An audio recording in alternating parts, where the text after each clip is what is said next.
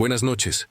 Me llamo Mateo y necesito registrar lo que me está pasando antes de que pierda las ganas o el valor de hablar. No es un relato para pedir lástima, ni para asustar por deporte. Es solo lo que ha sucedido desde que decidí tocar lo que no era mío. Allí, en el monte cerca de mi casa. Vivo en una aldea pequeña al norte, donde la carretera desaparece después del último poste, y el olor a eucalipto enmascara la humedad fría que sube del suelo. El monte comienza detrás del patio, sin cartel, sin cerca. Siempre fue solo el monte. Área común para quienes crecimos aquí. Camino para leña, sendero de la infancia, lugar donde se escucha la campana lejana de la capilla y los perros dando el mismo aviso una vez por noche y nada más. Me criaron para ver el monte como vecino, nunca como juez. Volví aquí después de años en la ciudad. Iba a ser provisional, cuidar la casa de mi padre, arreglar papeles, y se quedó. Desde hace meses intentaba una vida simple, arreglar cosas, llevar pan a doña Pilar, recortar el seto de don Ramón cuando él fingía que la tijera se le había roto otra vez. Cosas comunes, como dicen los viejos. A veces, al final de la tarde, me internaba 20, 30 pasos monte adentro, solo para oír el agua de la fuente caer en losas bajitas y sentir el frío húmedo que eriza la piel. El lugar tiene sus olores, tierra que humea después de la lluvia, hojas aplastadas que liberan un amargor que recuerda al té, un ácido leve de raíces expuestas.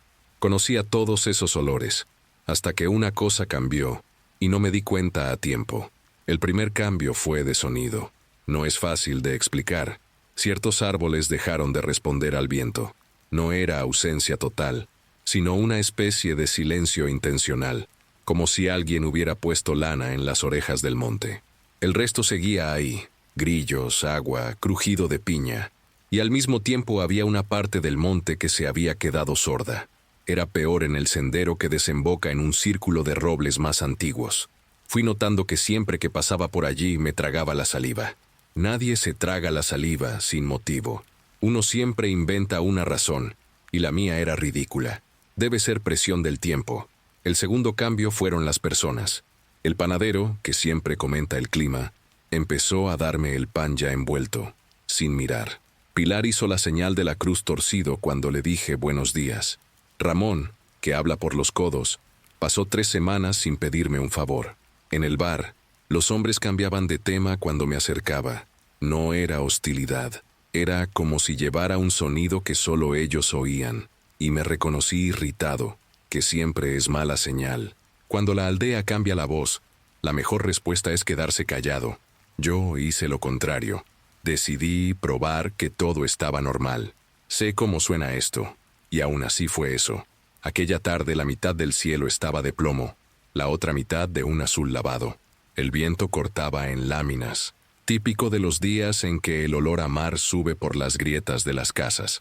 Llevé una linterna simple, sin necesidad, y bajé por el sendero. El monte tenía ese tono de cosa que está esperando. Si no lo sabes, no lo notas. Si lo sabes, no lo olvidas más. Fui directo al círculo de robles. En el suelo, bajo las hojas secas, vi algo blanco azulado atascado en el barro. Un pedazo de azulejo, roto en triángulo, con un sol de rostro infantil pintado en esmalte, risa tonta, ojos negros, las puntas de los rayos redondeadas, cosa de guardería. Era una pieza banal, y fue justamente por eso que me agaché y la recogí. La superficie estaba demasiado fría para el día, como si hubiera estado guardada en el fondo del arroyo. El dibujo me causó un ligero mareo, de esos que suben por el esófago y nos hacen salivar. Dije, es basura, en voz alta, y metí el fragmento en el bolsillo como quien guarda un clavo encontrado en el suelo. No pedí permiso. No pensé en nada aparte de mi impulso de probar que nada tenía dueño. En casa lavé el azulejo y lo dejé secar en la ventana. El esmalte claro pareció encenderse con la luz de las 4:30, y casi me reí de mí mismo. A la noche, alrededor de las 2, el sonido. Primero un arrastre en el patio, lento, pesado, como un saco lleno siendo tirado de un lado para otro. Después, 3 golpes amortiguados en la madera del fondo, a un ritmo sin prisa, como si alguien estuviera comprobando el grosor de la casa. Quedé inmóvil tendido, y la inmovilidad es una forma de oración cuando no se cree en nada. Pensé perro, jabalí, árbol. Pensé viento, pensé idiota. El arrastre paró, el patio quedó suspendido en una pausa de respiración, y entonces empezó el arañado en la pared, de arriba abajo, los granos del reboque vibrando tipo skrk, skrk, skrk. No fui a ver. Sabía que abrir la ventana sería aceptar la invitación. Al día siguiente devolví el azulejo. Caminé hasta el círculo de robles y dejé el fragmento en el suelo, con la cara del sol hacia abajo.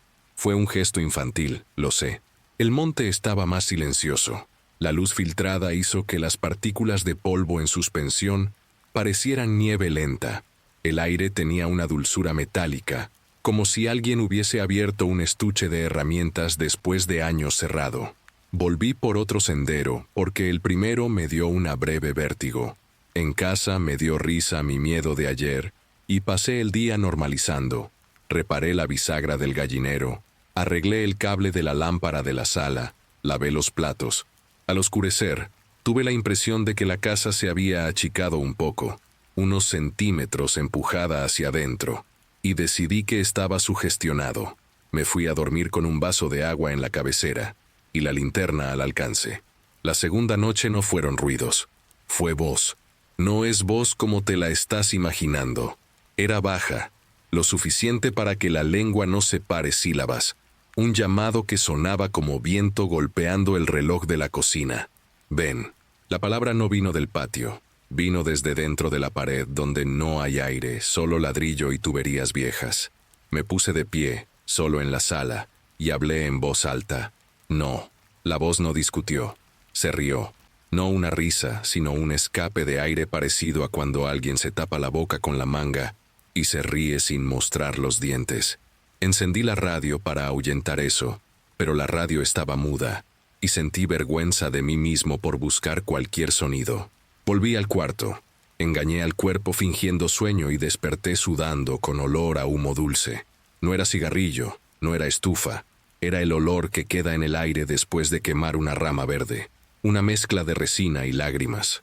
Al tercer día el panadero me llamó muchacho por primera vez, como si no supiera mi nombre. Pilar no abrió la puerta.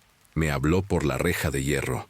Ramón, que hacía cuestión de contar cada piedra de la sierra, cambió de acera. Me estaban poniendo en cuarentena sin que hubiera decreto. Volví al monte porque la alternativa, fingir que nada estaba mal, era insoportable. Llevé una botella de caña vieja y la dejé en el círculo de robles con un perdón, dicho entre dientes apretados. El acto fue tan ridículo que durante 5 minutos me dio paz. Fue entonces cuando oí, por primera vez, algo que no era animal ni viento. Pasos que no aplastaban hojas.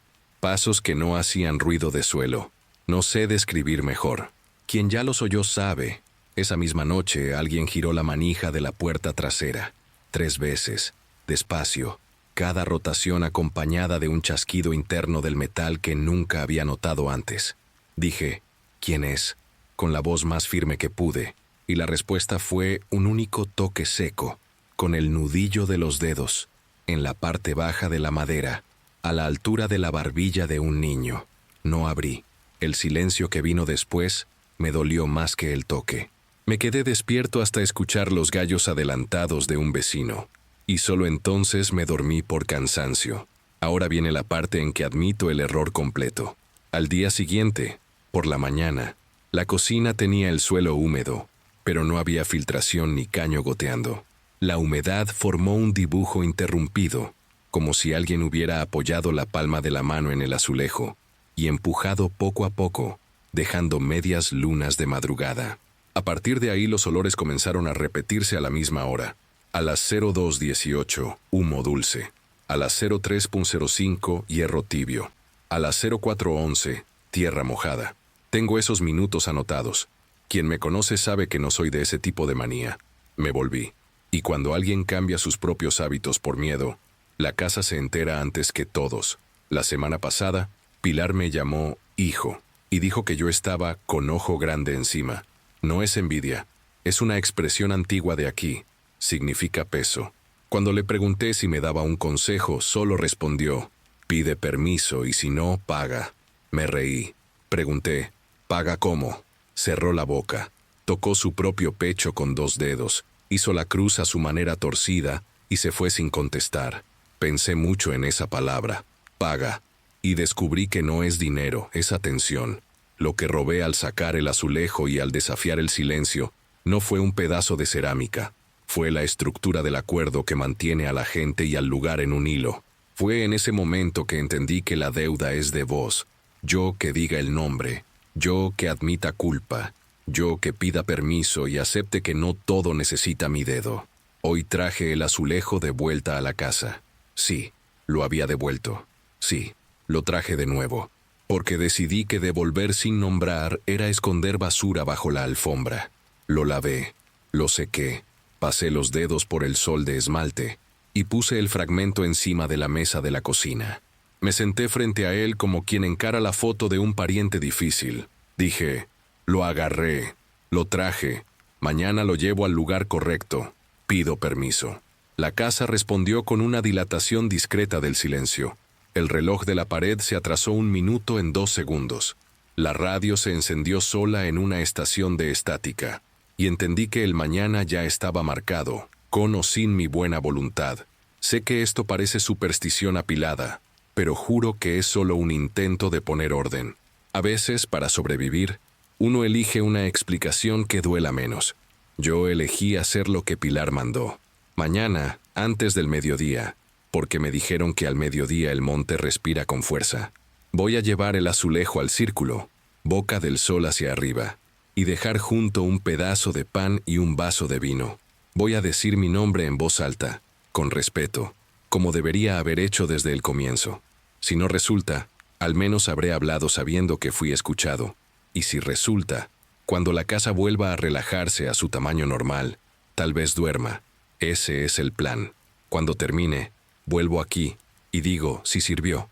Si no vuelvo, es porque el dueño del lugar no aceptó mi disculpa, y entonces la cuenta será otra.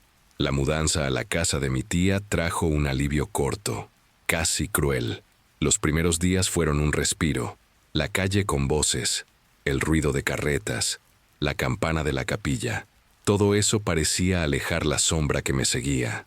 Pero de noche, cuando los sonidos de la ciudad se recogían, el silencio volvía a ser el mismo del sitio. El silbido empezaba bajo, siempre en el mismo tono desafinado, hasta que el hombre del ojo de vidrio aparecía otra vez, firme, paciente, esperando que yo cerrara los ojos para encontrarlo. Mis padres ya no dormían. Mi madre quedaba acostada al borde de la cama, sujetando mi mano como si pudiera impedir que me arrastraran lejos.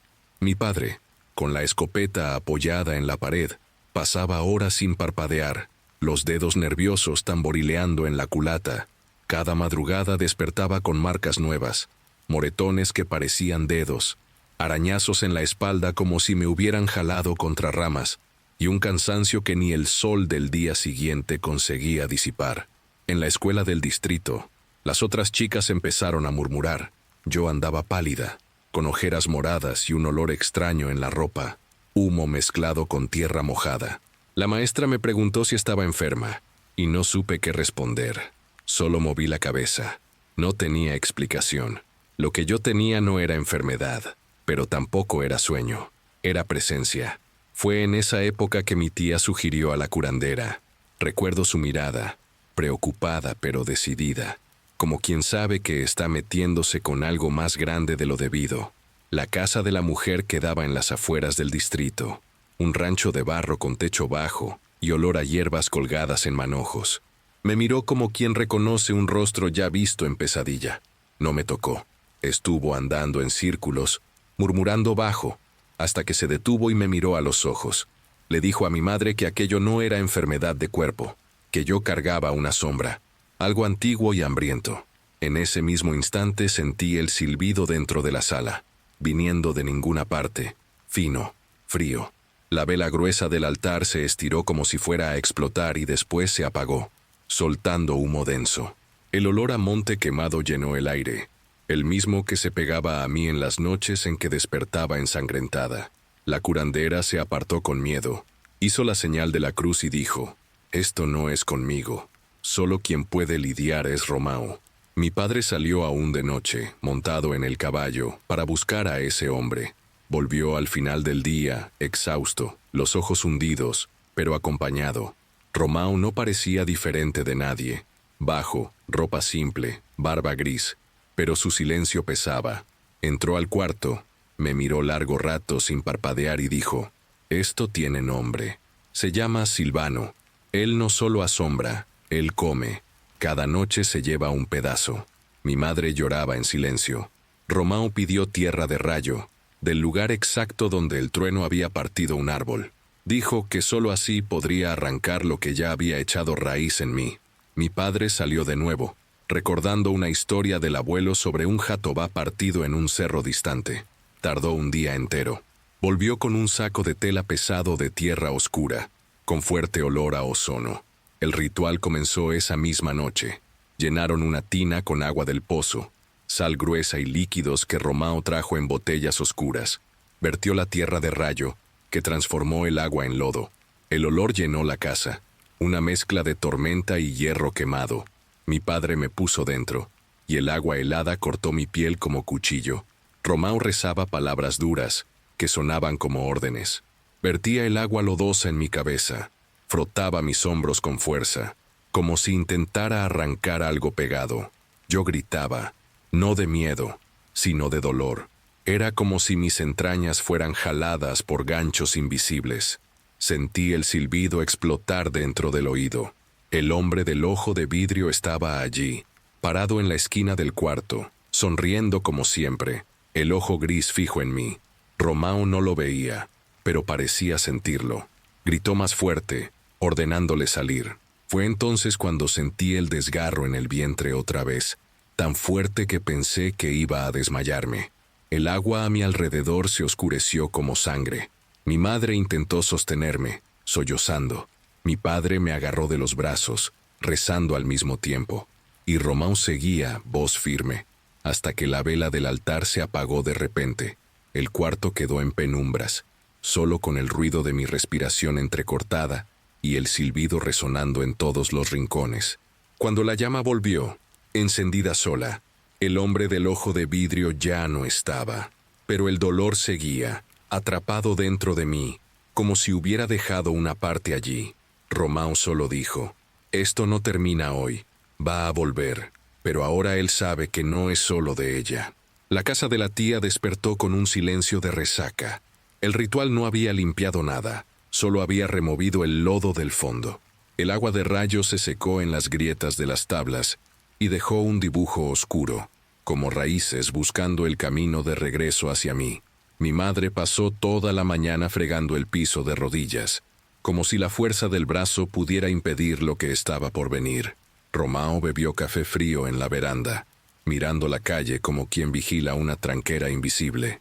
Yo quedé entre dos mundos, inmóvil en la cama, sintiendo el cuerpo pesado y liviano al mismo tiempo.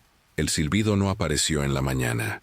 Lo que vino fue otra cosa, un recuerdo que tenía desde pequeña, el olor de la bata de algodón de mi madre cuando me abrazaba al borde del pozo. Apareció sin olor, como si hubieran lavado la memoria con jabón de ceniza. Estuve intentando forzar la nariz en el vacío y no encontré nada. Era como si alguien hubiera mordido un pedazo de mi pasado y se lo hubiera tragado. Por la tarde, Romao volvió a acercarse a mí y apoyó los dedos en mi frente, sin hechizo ni rezo. «Él está probando los bordes», dijo. «Viene por las orillas primero, memoria, olor, nombre. El centro lo guarda para el final». Le aparté la mano irritada. ¿Por qué yo? ¿Qué fue lo que hice? Yo sabía la respuesta y aún así pregunté. Fue cuando su voz se llenó de una paciencia que incomoda. «Aceptaste algo que no era tuyo. Secreto dado es contrato sin firma. La vida devuelve, pero cobra». La figura del niño sin polvo en los pies, aquel té, entró en el cuarto con el ojo de vidrio del hombre posado en su hombro. Mandé la imagen lejos, como si espantara una mosca. En el segundo atardecer, la calle del distrito tuvo el ruido habitual. Olla, niño, carreta. Solo que dentro de la casa cada sonido llegaba sin eco. Parecía que las paredes tragaban el ruido. Lo masticaban y devolvían aire. Cuando el sol se fue, mi vientre dolió de una manera nueva. No era corte ni tirón. Era un peso que pedía que me pusiera en puntas de pie, como cuando uno quiere alcanzar algo en lo alto. La sala entera tuvo la misma voluntad. Las sillas se alzaron un dedo, cayeron, y el reloj de la pared saltó un minuto. No fue susto, fue ensayo. Romao no durmió. Se sentó al borde de mi cama con la baraja de madera que siempre llevaba, no para jugar, sino para ocupar las manos. «Cuando venga, no mires el ojo malo», dijo. «Mira el que aún tiene vida». Mi madre quedó en el umbral de la puerta, con la mano en la boca. Mi padre, afuera, apoyó la escopeta en la ventana y estuvo repitiendo un salmo que no recordaba entero. Yo escuchaba todo y, junto con eso, escuchaba la otra pista. El silbido, ahora quebrado, como si alguien soplara por un diente astillado. Entró sin paso y sin viento. El cuarto no se oscureció. Se volvió demasiado blanco, vaciado de sombra. Así es como llega su presencia, borrando el lugar donde las cosas se tocan. La sonrisa fina, el ojo gris quieto. Traía en las manos mi muñeca vieja, aquella del fondo del baúl donde escondí la piedra. La tela estaba seca, pero, cuando la apretó, escurrió un agua que olía al mismo pozo de la chacra. La muñeca dejó caer una gota en mi sábana, y la gota abrió un círculo de frío que corrió hasta mi piel. Quise gritar, pero la boca no se abrió. No era parálisis de sueño, era retención. Me dieron ganas de pedir permiso en mi propia casa. «No mires el vidrio», dijo Romao en un susurro de cuchillo. «Mira el otro ojo». Obedecí. El ojo bueno no tenía odio ni alegría. Tenía prisa, una prisa cuidadosa, como quien acomoda la mesa antes del corte. Hizo que el silbido muriera y cuando el silencio se volvió entero, habló por primera vez. La voz vino de atrás de mí, como si yo fuera un instrumento y él soplara por dentro. «Me debes la hora en que naciste». La frase entró y quedó. Yo no sabía la hora. Mi madre, sí, dio un sobresalto de cuerpo entero. «Fue al final de la tarde», dijo la voz sin piel, «entre 5 y 6. El hombre del ojo de vidrio sonrió con el lado equivocado de la boca. No confirmó ni negó. Puso la muñeca en mi pecho y sentí la piedra ahí dentro, fría y seca como el día en que el niño me la dio. «Devuelve el comienzo», dijo. «Yo dejo de morder lo demás». Romao reaccionó. Sacó un frasco del bolsillo, lo rompió en el suelo, y el olor a azufre inundó el cuarto. La vela se estiró otra vez. Quedó alta como una espiga, y estalló en llamas que no quemaban nada. La sombra del hombre apareció por primera vez. Era más corta que el cuerpo y iba en dirección contraria. Fijé la vista en el ojo bueno y, por un segundo, vi otra cosa detrás. Una copa de árbol, el cielo pequeño entre ramas, la forma en que la luz golpea hojas de laurel cuando el viento hace remolinos. Yo ya estuve allí. Era el monte, pero no el nuestro. Un monte sin bicho, tan silencioso que uno escucha su propia sangre. El objeto en mi pecho se volvió pesado. Entendí que la muñeca, la piedra, el ojo, todo era camino. La negociación empezó. Romao hablaba bajo, en frases entrecortadas. «El comienzo es raíz, la raíz sujeta el barranco, pero el agua se lleva el barro. El agua limpia, pero abre grieta. ¿Y si ella da otra cosa? Si da el nombre». La palabra nombre hizo que el hombre inclinara la cabeza. El ojo de vidrio siguió muerto. El bueno brilló húmedo. «Nombre de quien la sostiene», respondió. «El de ella ya no sirve». Sentí la frase como quien recibe un diagnóstico. «¿Quién me sostiene?», pregunté sin voz. Mi madre lloró bajito. Romao miró hacia el pasillo. El pasillo respiró. Yo no quise mirar. Fue en ese instante que el reloj de la cocina empezó a sonar 12 veces, con retraso. No era medianoche. Las agujas patinaban como animal atrapado en vidrio.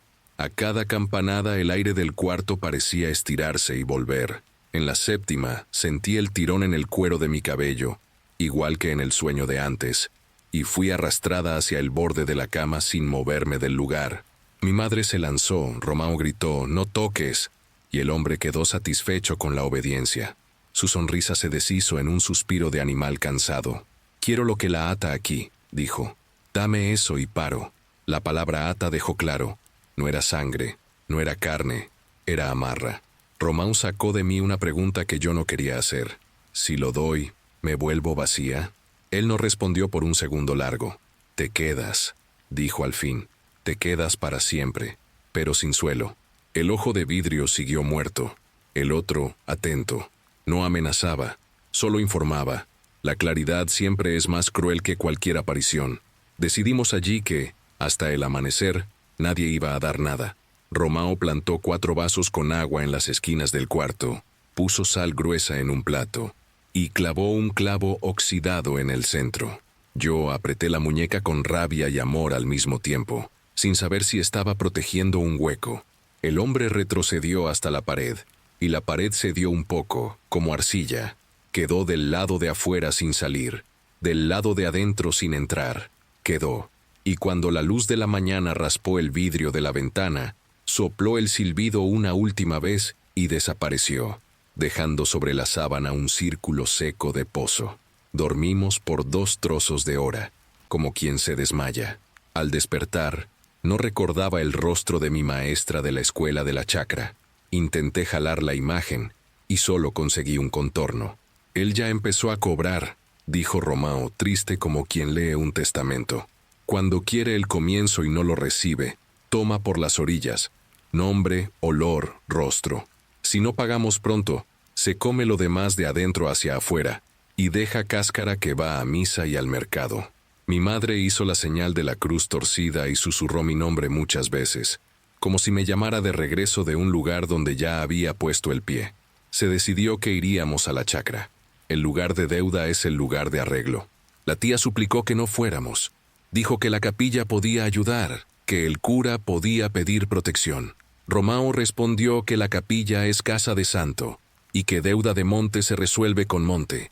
Salimos al final de la tarde, yo con la muñeca apretada en el regazo, mi padre callado, mi madre repitiendo mi nombre bajito, como quien reza, Romão mirando la línea del horizonte como quien elige dónde el cielo puede caer sin romperse. El camino de regreso parecía más corto. El sendero reconoce a quien vuelve bajo cobro. Cuando doblamos la última curva, la chacra estaba igual y no estaba. La cerca de estacas parecía más baja. Las piedras del camino parecían apiladas de nuevo por manos pequeñas. El lugar olía a lluvia que aún no cae. El pozo hacía un sonido que nunca hizo, como si alguien soplara por dentro de él. Bajamos sin hablar. Romão se detuvo en el patio, cerró los ojos y respiró hondo. Él está aquí desde antes que ustedes, dijo. Lo que lo ataron en este lugar tiene la edad de tu abuela. Fuimos hasta el monte. El sendero aceptó nuestros pies, pero sin dar permiso. Las ramas no nos golpeaban.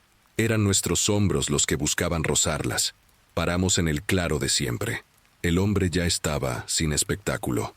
Su rostro parecía menos humano, no porque fuera animal, sino porque estaba cansado de la forma.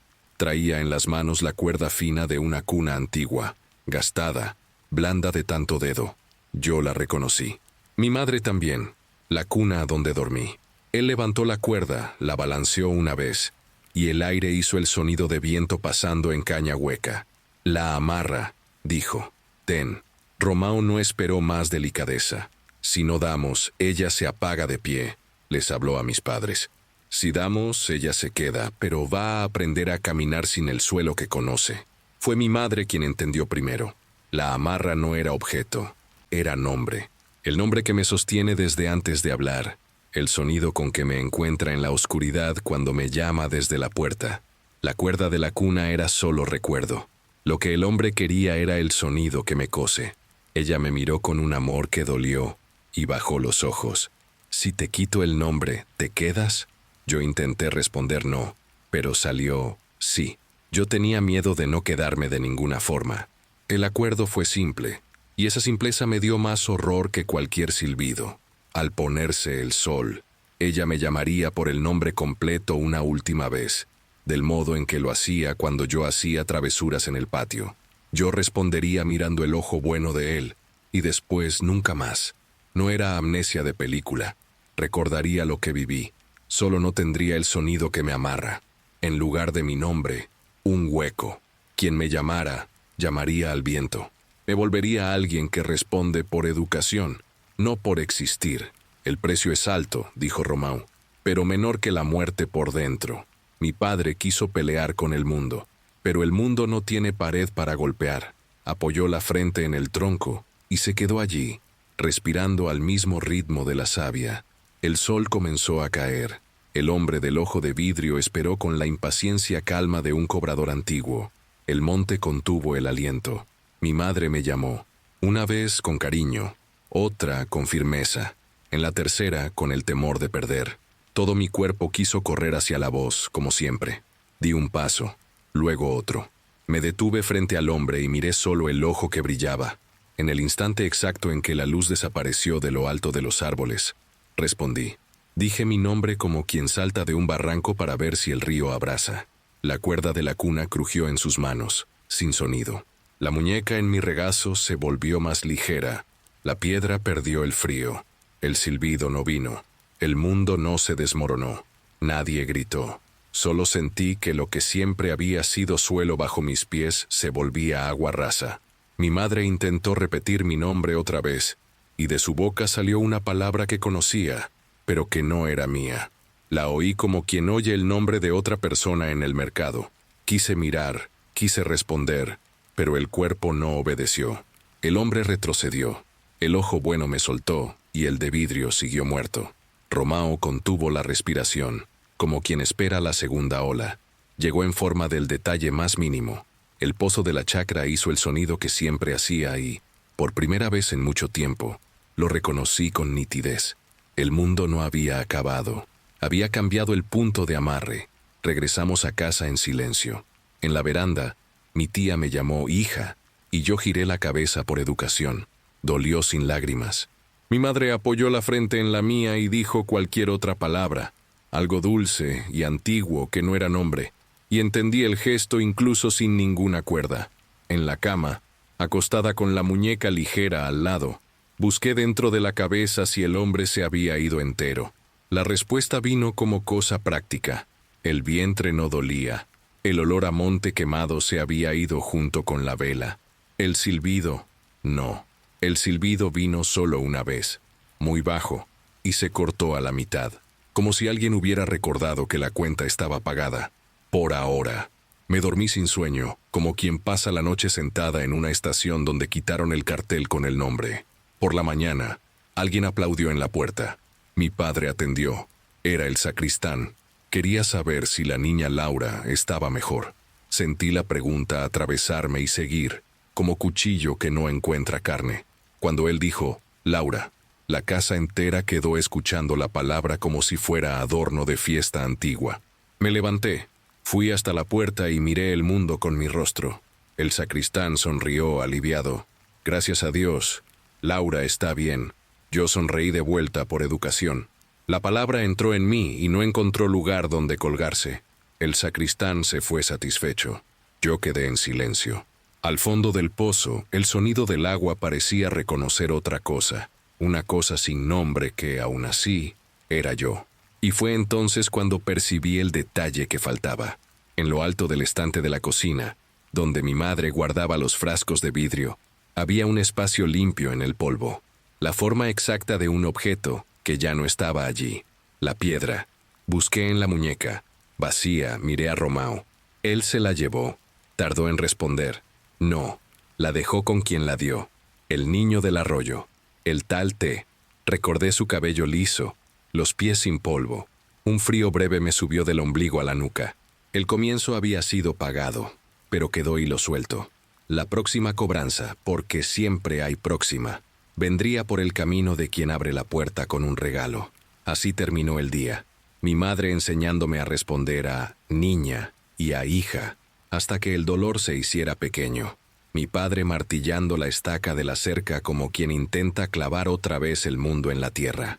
Romão callado, vuelto hacia el monte, esperando el ruido de un silbido que decide si la paz es tregua o trampa. Cuando cayó la noche, la casa quedó del tamaño justo. El reloj acertó su propia voluntad. Me acosté y quedé escuchando al pozo respirar. El hombre del ojo de vidrio no vino, pero su ausencia no era victoria.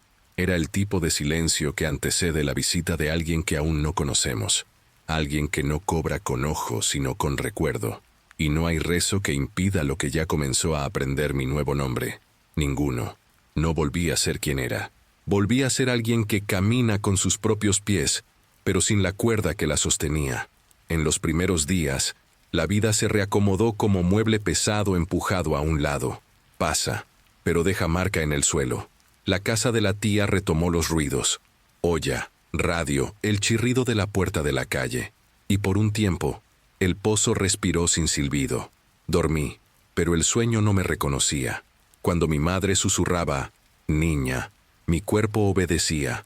Cuando alguien decía el antiguo sonido, yo solo sentía el aire. Era como recibir cartas sin dirección. Llega, pero no es para mí. Romao se quedó. No por promesa, sino por cautela. Andaba por el patio con la paciencia de quien mide grietas. Un dedo apoyado en la pared, el ojo cerrado como quien huele tiempo. Decía poco. «Esto aguanta por ahora», murmuraba señalando la sal gruesa en platos que se volvían piedra de un día para otro. Mi padre evitaba la galería al atardecer, como si la luz baja fuera un camino que alguien pudiera tomar de regreso hasta mí. La tía, católica de rezo susurrado, encendió vela a una santa que ve herida que no es de cuchillo. Y todos, sin combinar, dejaron de pronunciar el antiguo sonido. Hasta el sacristán, cuando venía a preguntar por la hija de Lourdes, tragaba la palabra antes de que saliera entera. Las mañanas me recordaban que el mundo funciona. Yo comía pan duro con miel, barría el piso, ayudaba a sacar la ropa del tendedero. Pero en el fondo del día había un eco mudo. El recuerdo de antes venía sin olor, sin color. Fui reaprendiendo el mapa con etiquetas nuevas. Vaso, puerta, pozo. Así era como amarraba las cosas. Y cuando la memoria insistía en traer la figura del niño de cabello liso a la orilla del agua, la espantaba como si fuera mosca. No por miedo, por economía. A esas alturas cualquier evocación parecía abrir ventanas para quien está del otro lado. El primer recado llegó sin ruido. En el estante de la cocina, entre frascos de vidrio, apareció un espacio limpio de polvo, exactamente del tamaño de la piedra lisa que yo escondí en la muñeca. Busqué. Vacía. Romao apoyó el oído en la madera, como si los frascos hablaran. Él no la llevó, dijo. Devolvió el camino. No entendí. ¿Camino de qué? No respondió. De noche fui al patio con la linterna. El haz alcanzó la cerca. Se apagó. Volvió a encender. Y entonces vi, en el barro fino, junto a la tapa del pozo, había una secuencia de medias lunas pequeñas, impresas como dedos de niño que aprende a caminar. No había huellas, solo dedos. Me quedé un tiempo mirando, hasta que mi madre me llamó hija desde la puerta, y obedecí sin pensar. Cuando volví a mirar el barro, las marcas habían desaparecido, como si alguien hubiera pasado la mano. El frío subió de la planta del pie a los dientes. Al día siguiente, Romao me hizo sentar a la sombra. Me entregó una tira de cuero con un nudo en medio. No lo pongas en el cuello, ponlo en la muñeca. Eso amarra un poco lo que te suelta. Le pregunté si aquello era rezo. Es recuerdo doblado, dijo, cosa que sostiene sin herir. Miró hacia el monte a lo lejos como quien escucha a alguien detrás de la pared. Estás entera pero distinta. Y distinta llama la atención. Vamos a cerrar las rendijas. Cerrar, en este caso, era rutina. Despierta con la luz justa. Come con la campana. Duerme con la vela baja. Y no hables de lo que no tiene nombre. Era simple y difícil. Cualquier conversación que rozara el asunto me cansaba, como si remara en un lago espeso. En las semanas siguientes sentí la herida transformarse en cicatriz. El cuerpo dejó de doler por dentro. La piel ya no amanecía con moretones de dedos. El silencio de la madrugada se volvió más leve. Todo eso tenía el sabor de tregua. Y tregua es una mentira buena. Casi lo creí. Hasta el domingo en que el cura leyó los nombres de los difuntos del mes. Y al final, añadió una intención, por un niño que se fue demasiado pronto, para que los que quedan no confundan esperanza con trueque. La palabra niño atravesó la nave y encajó en mi nuca. Al salir, un grupo de mujeres hablaba bajo, y una de ellas, nueva en la aldea, Preguntó, ¿quién es Laura? El sonido suelto, casual, sin malicia. Nadie respondió. No fue omisión por respeto, fue miedo a convocar. Aún así, el mundo entendió como invitación. Esa noche, el silbido volvió, no desde el pozo, sino desde dentro de la casa, en el pasillo entre la cocina y el cuarto. Débil, insistente, el mismo tono de diente astillado. Yo estaba acostada, ojos abiertos. Mi madre respiraba leve en la mecedora, exhausta. Romao, en la cocina, revolvía un paño con hierbas. El sonido entró como olor a moho. Me quedé inmóvil. El pasillo se alargó 2 dedos, como si alguien estirara la pared. La lámpara titiló, no se quemó. Y entonces, antes de que el silbido muriera, vino otra cosa. Un llanto breve, casi cortado. El llanto que un bebé hace cuando no sabe si está despierto. Mi pecho se endureció. Yo conocía ese sonido. No mío, de la cuna donde dormí, que el hombre del ojo de vidrio mostró como si jalara una cuerda fina del tiempo. El llanto vino sin bebé, y el vacío que vino con él me enseñó otra lengua, la de las faltas. Al día siguiente, la aldea amaneció con un rumor. Hablaron de un niño que desapareció 2 calles arriba, cerca del puesto de salud viejo, ese que reabrieron después de las reformas, y donde todos ahora fingen que la herida en el suelo ya cerró. Mi tía cerró el rostro. Mi padre apretó la mandíbula. Mi madre cruzó los brazos a la altura del pecho, como cuando sostiene un plato caliente. No necesitaba que nadie me explicara nada.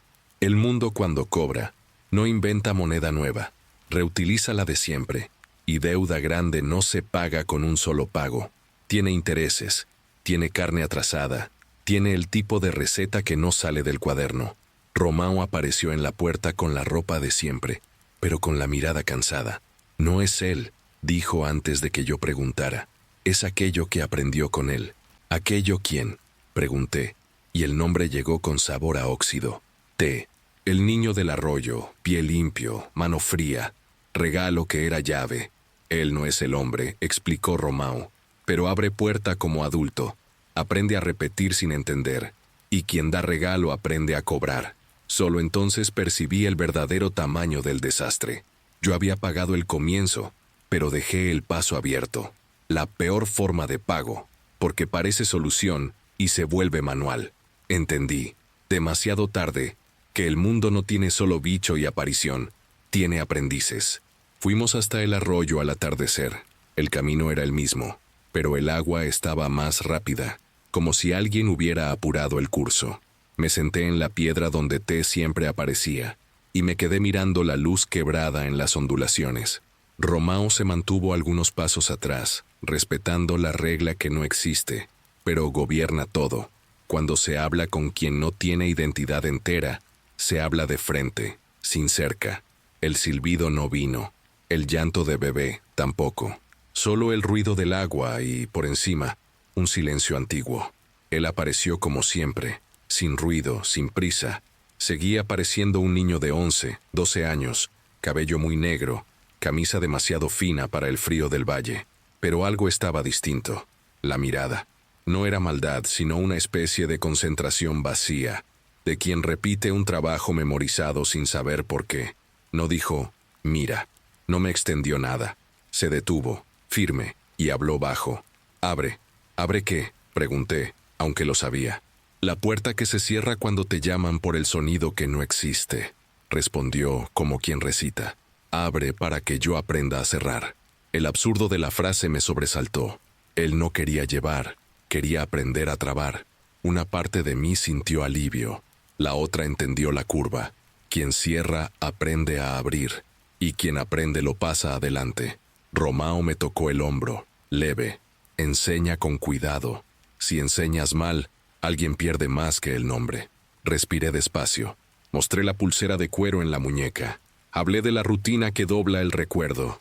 Dormir a la misma hora, comer con la campana, escribir el objeto y el lugar. Él escuchó sin parpadear. «¿Y cuando llamen?», preguntó. «No respondas por cortesía», contesté. «Responde solo si es para ti». Inclinó la cabeza, como quien escucha dentro del propio cuerpo. Se quedó mucho rato callado, la mirada en mí, y, al mismo tiempo, lejos. Luego, sin ningún efecto, señaló con el mentón hacia el monte. Entendí como despedida. Se iría sin prueba. Me levanté. El sol ya se había metido en el suelo del agua. 2 días después, la niña fue encontrada. El rumor se volvió noticia dicha en la misa. Fue solo un susto, dijeron. La niña se perdió y durmió en un granero. Su madre abrazó la pared de la capilla como si fuera gente. Nadie habló del llanto sin bebé. Nadie habló de la clínica vieja.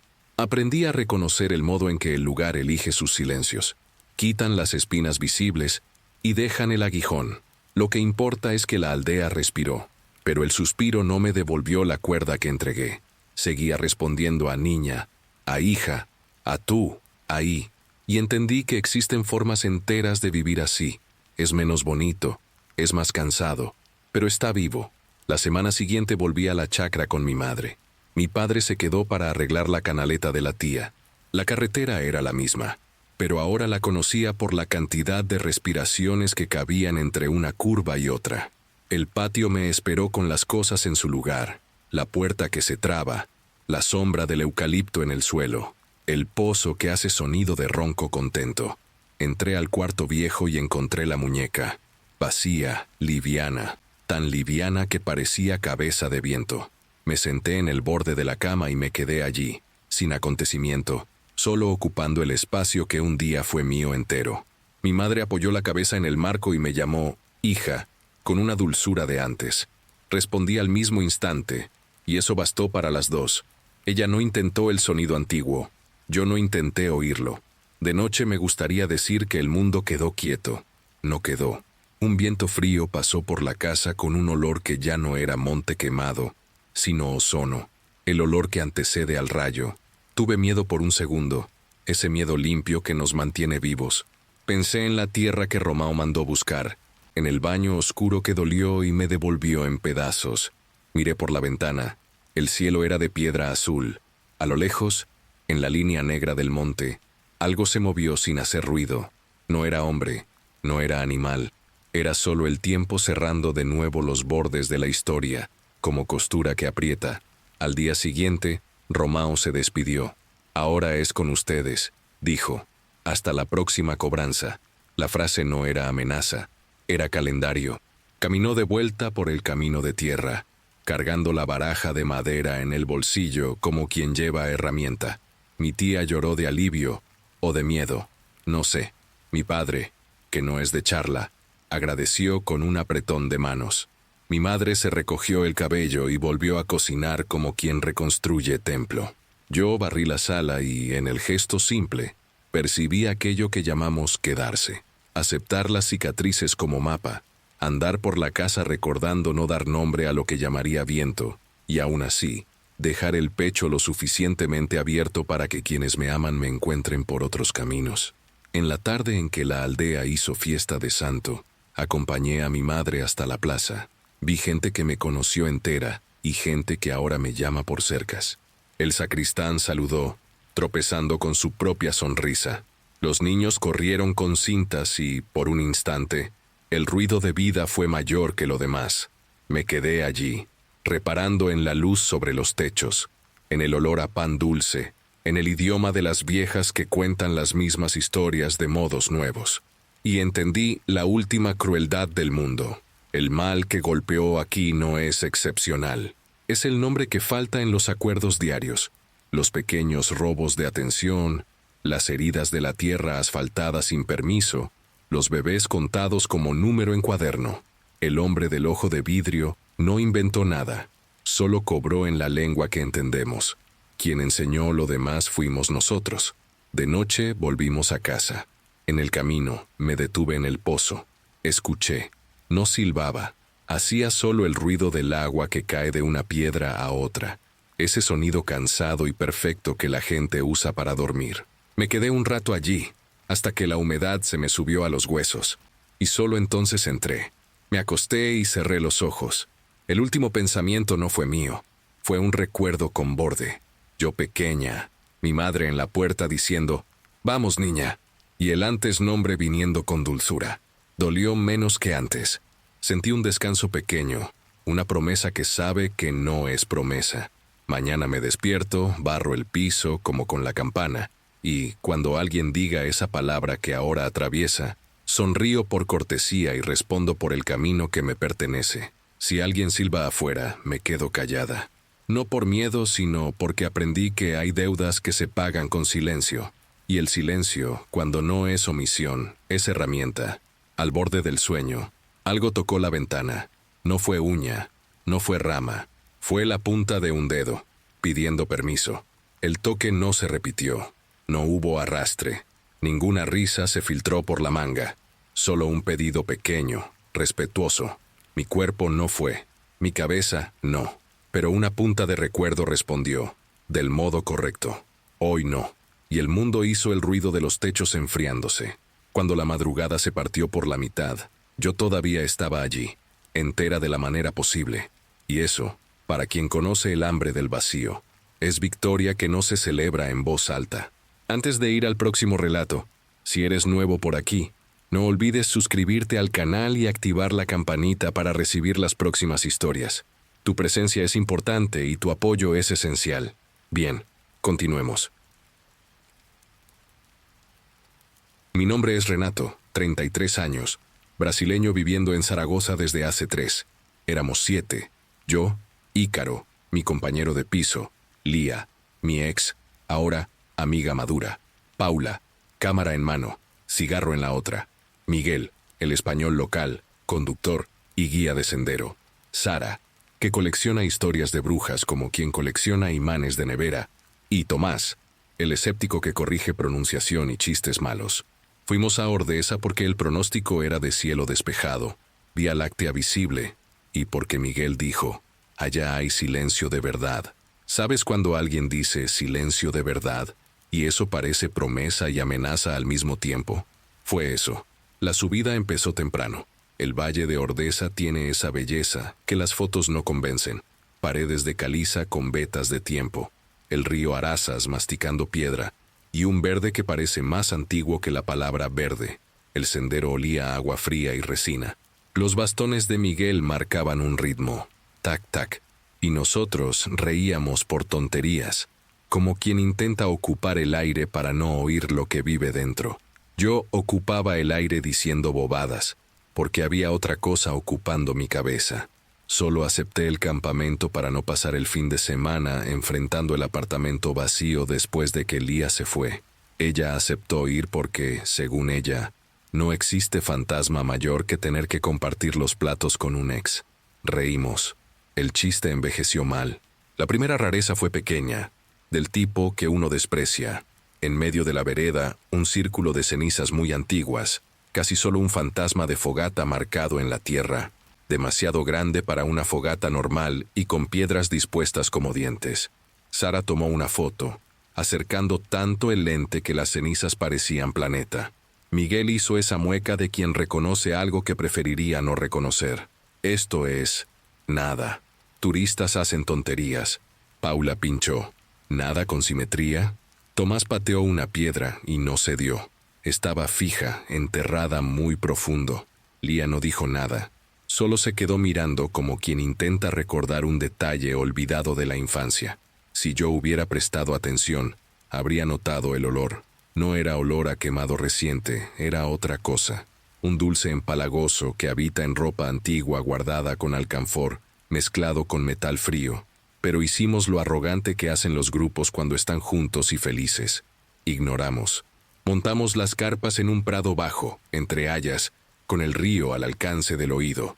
El plan era simple: cocinar pasta en un hornillo, abrir vino barato, charlar, ver estrellas. El sol comenzó a inclinarse y Ordesa cambió de cara como la gente cambia de humor. La luz se volvió rasante. Cada tronco proyectó sombra larga y los cuervos que yo ni sabía que estaban allí aparecieron como si hubieran sido dibujados en el cielo. Miguel contó, medio sin ganas, que esa ruta cruzaba lugares de romería antigua, donde se hacían promesas cargando claveles y cruces para Santa Orosia, la santa de los exorcismos en los alrededores de Jaca.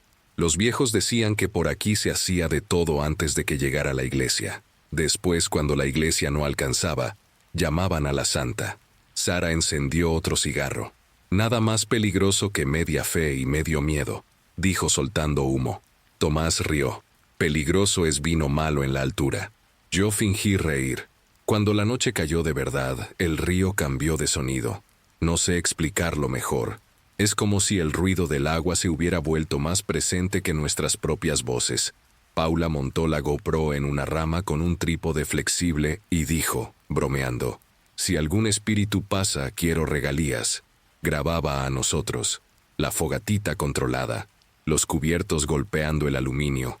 El vapor de la olla. Giré la cámara un instante hacia mí e hice ese registro idiota. 7 idiotas al borde del Pirineo, listos para asustarse con un zorro. Yo estaba actuando para no admitir que ya tenía el pecho apretado. A veces el miedo entra por razones muy humanas. Una persona amada que ya no ama. Y un lugar demasiado grande para tu tamaño. Fue Lía quien lo notó primero. ¿Están escuchando? Nos quedamos callados. Al principio solo oí agua, una lechuza lejana y los crujidos de la leña. Entonces vino, tan bajo que parecía idea, un susurro. ¿Sabes cuando alguien dice tu nombre desde lejos y el viento trae apenas la forma del sonido? ¿No la palabra? Fue eso. Juro que oí renaptó, deshaciéndose entre el ruido del río. Sonreí de lado, para no darle espacio al ridículo. Miguel levantó la cabeza como quien reconoce una música antigua que odia. «Es el río», dijo demasiado rápido. «El río habla con nosotros». Sara del otro lado completó. «Los ríos no hablan. Ellos recuerdan». Yo quería haberme ido a dormir. En lugar de eso abrí otra botella. Tomás hizo de hombre racional. Psicoacústica. El cerebro busca patrones. Si queremos, escuchamos hasta la voz de Mickey. Paula rió, pero sus manos estaban frías cuando me pidió el sacacorchos. Lía acercó su cuerpo al mío, automática, como siempre hacía cuando tenía miedo. El gesto me hirió con una nostalgia tan física que tuve ganas de decir, «Vuelve», pero fui cobarde y me quedé en silencio, como siempre. Nuestra debilidad íntima fue alimento fácil para el lugar. La segunda cosa ocurrió cuando fuimos a buscar agua.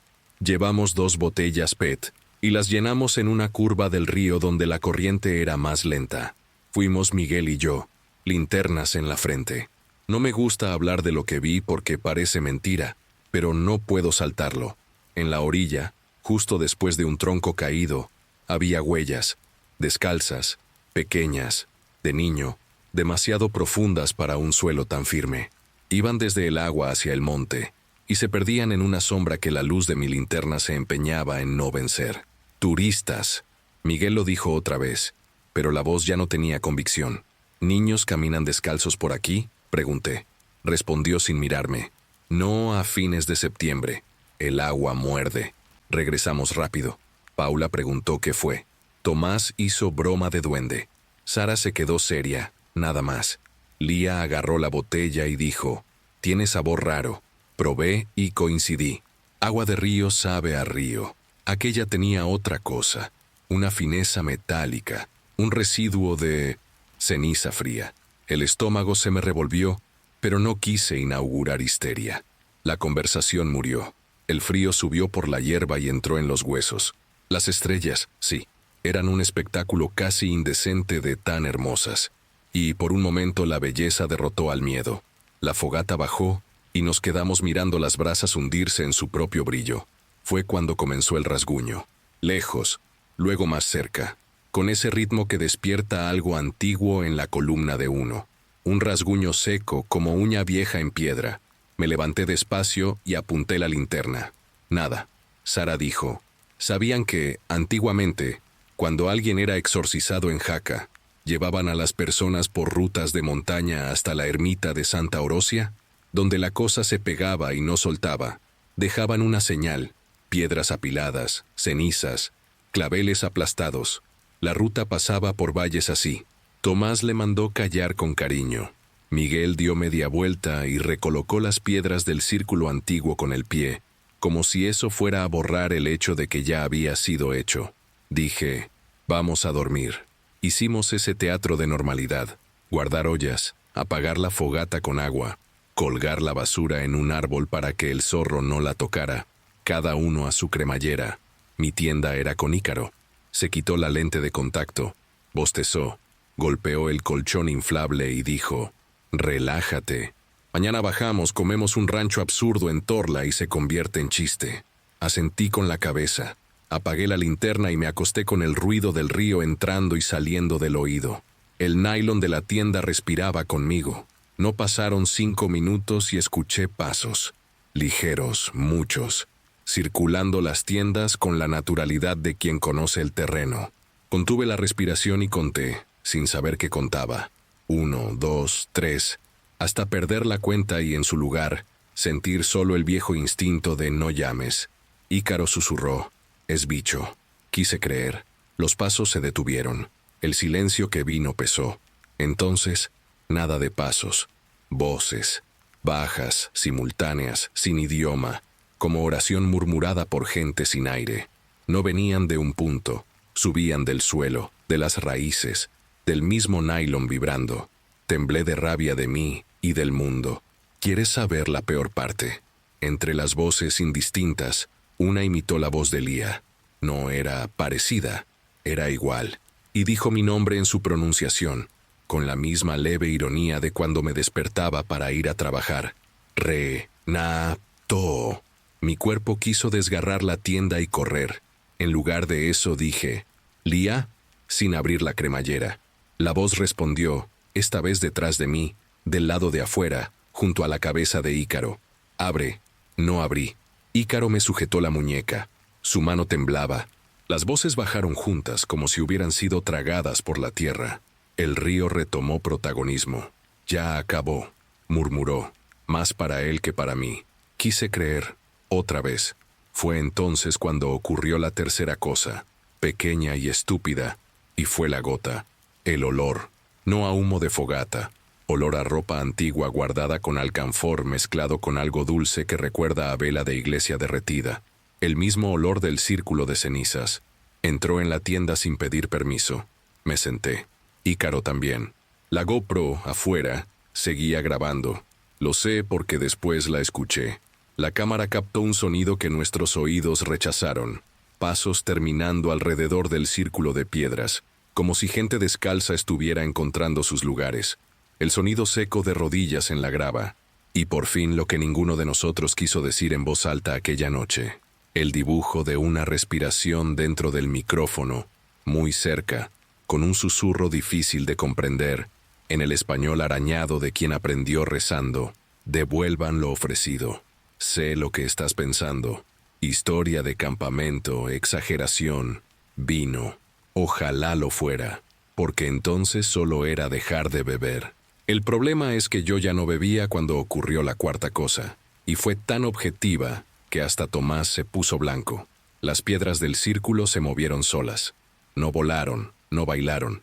Se deslizaron milímetros, como dientes reajustando mordida, hasta formar una abertura, una boca, y allí, dentro, en el suelo, donde antes era ceniza apagada, apareció una marca oscura, circular, como si alguien hubiera apagado una vela allí, hacía un segundo. Miguel, que hasta entonces decía: «Tranquilo, coño», solo dijo: «Recojan las cosas». No voy a fingir coraje. Quise irme en el acto. Empezamos a tirar todo en sacos, apenas fijando las estacas. El nylon, las cuerdas, todo se volvió nudo. Paula prendió la GoPro en el pecho. Tomás maldecía en portugués y en español. Lía callada, muy pálida. Sara rezaba sin mover los labios. El río parecía más alto. Es ahí donde la memoria me golpea. Recuerdo el viento subiendo del monte como quien sale de sótano. Recuerdo las hojas volteándose del revés. Recuerdo un brillo fino viniendo entre los troncos, como brasa muy distante. Y recuerdo escuchar, otra vez, mi voz siendo usada por otra cosa, desde fuera de mi boca, diciendo bajito: «Quédense». Yo no dije eso. Juro que no lo dije. Y, sin embargo, la palabra salió. Y fue orden suficiente para que nuestras manos se enredaran, para que las mochilas parecieran más pesadas, para que las cremalleras no encontraran el camino. La abertura en el círculo seguía como boca, y tuve la sensación absurda, física, de que alguien nos contaba, no con números, con voluntad. 1, 2, 3, 4, 5, 6. y en ese momento me di cuenta de que faltaba 7.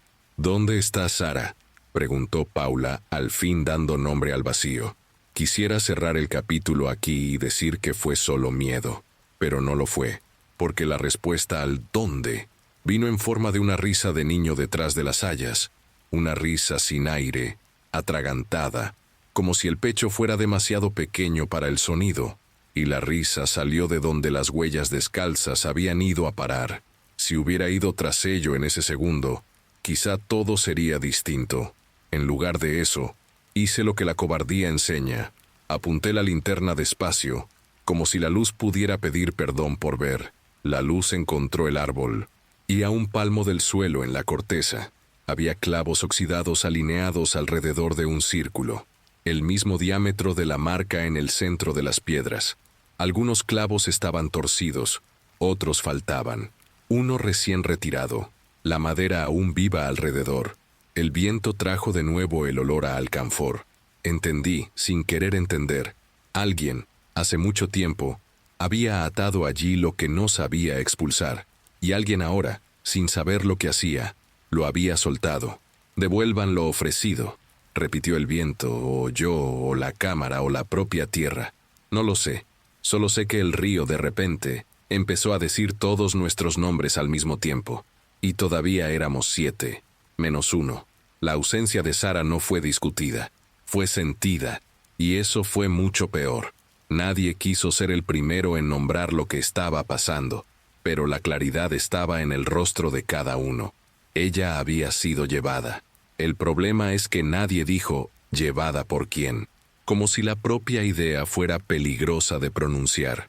El círculo de piedras permanecía abierto como una boca en espera, y el olor dulce de alcanfor impregnaba la ropa, el cabello, la lengua. Miguel intentó retomar el control. «Mañana temprano bajamos». Solo que nadie corrigió lo más obvio. No había mañana para quien no sobreviviera a esa noche. Fue Paula quien rompió el sopor. Apretó la GoPro contra el pecho y dijo, «Si morimos, alguien tiene que verlo». El modo en que lo dijo no tenía ironía. Era pura constatación. Lía se volvió hacia mí, pálida, y susurró, «Ellos saben lo que escondemos». En el momento pensé que era el miedo hablando, pero pronto percibí que lo que decía tenía peso, porque, uno a uno, los susurros que venían del bosque comenzaron a imitar secretos íntimos, cosas que nunca habían sido dichas en voz alta. Escuché mi propia voz, solo que no era yo, confesándole a Lía, «Nunca te olvidé, solo no fui hombre suficiente». Ícaro, temblando, oyó a su madre muerta rezando en latín, una oración que recordaba del velorio, palabra por palabra. Miguel cayó de rodillas cuando las voces empezaron a llamarlo cobarde, recordándole un accidente que había causado años atrás y nunca había contado a nadie. No eran insultos genéricos, eran heridas reabiertas con bisturí, y cuanto más intentábamos no escuchar, más el bosque se acercaba, como si los troncos se inclinaran hacia adentro, cerrando el espacio, obligando a oír. Fue entonces cuando los vimos. Entre las hayas, una procesión de figuras.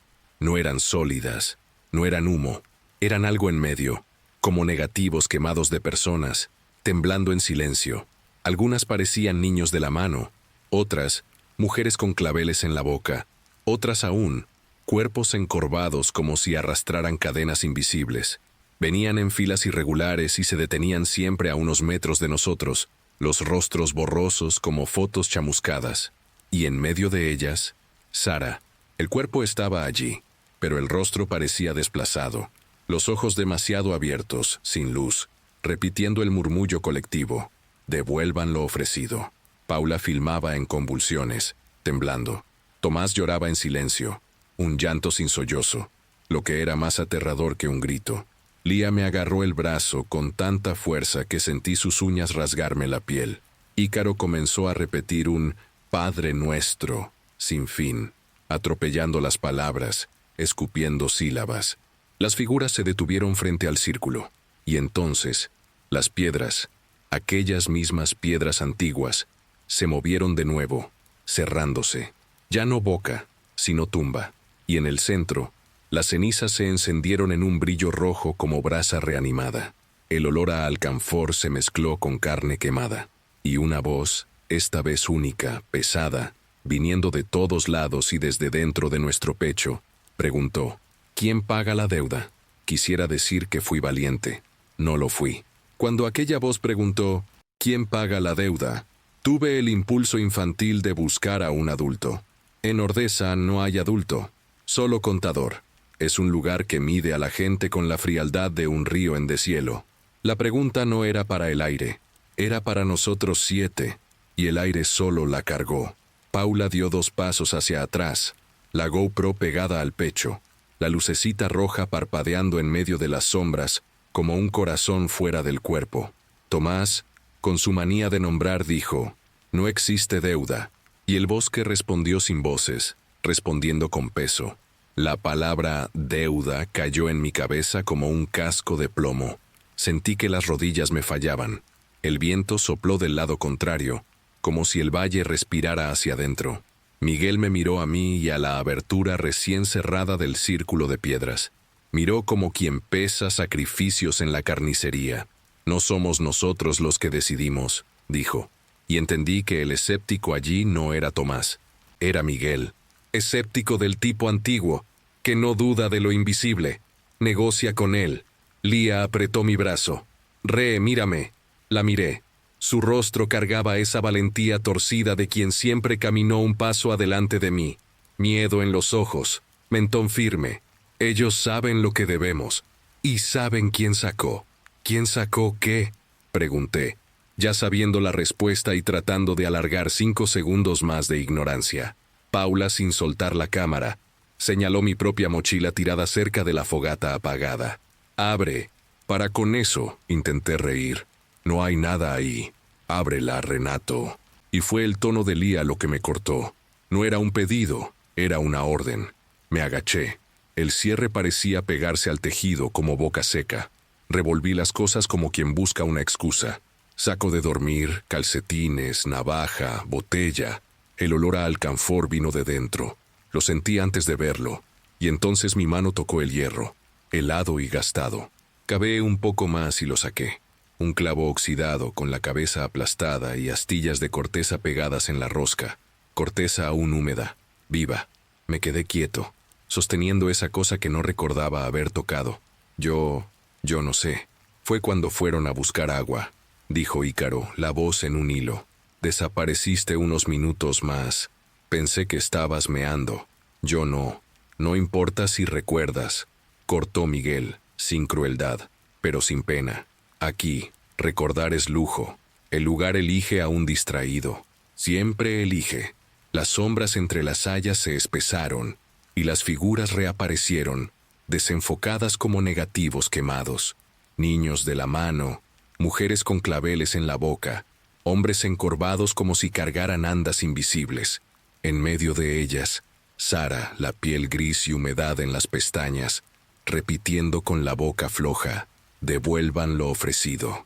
El movimiento colectivo no era de amenaza, era de procesión, y no había nada más aterrador que eso. La idea de que aquello no era un ataque, era rito. Tomás, pálido, me habló como quien da instrucciones de primeros auxilios. Pon el clavo de vuelta. Eso es lo que quieren. Cierra lo que abriste. Miré el árbol, aquel con la corona de clavos alrededor del círculo en la corteza. La madera donde faltaba uno era una herida reciente, la savia oscura brillando como lágrima. Caminé hasta allí con los dedos duros. Cada paso parecía mal visto por el suelo.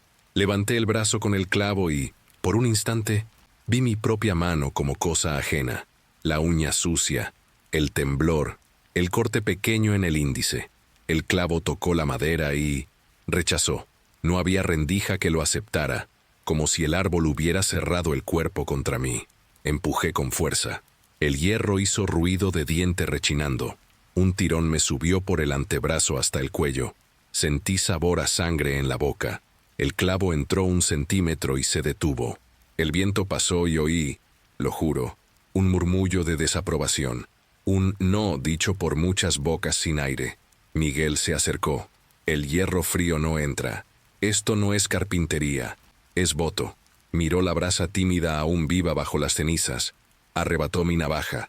Abrió la hoja, la hundió en el ámbar incandescente y luego apoyó la punta del clavo en la brasa hasta que el hierro gimió bajito.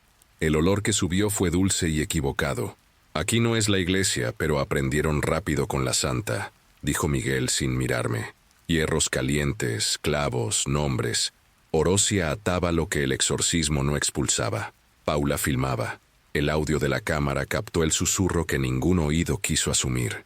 Una cantilena corta, en una lengua que parecía un español torpe con otra cosa encima, sílabas golpeando como rezos de maldición. La cadencia era de romería, pero las palabras eran de deuda. «Agárralo firme», dijo Miguel, y sostuve el clavo incandescente como quien sostiene la manija de una puerta en llamas. No sabía si era para callar a los muertos o para callarme a mí. Cuando apoyé el hierro en la corteza, el sonido que salió no fue de madera quemándose. Fue aire saliendo de pulmones viejos. Una sinfonía de expiraciones. El clavo comenzó a entrar, sí, pero pedía más que calor. Pedía nombre.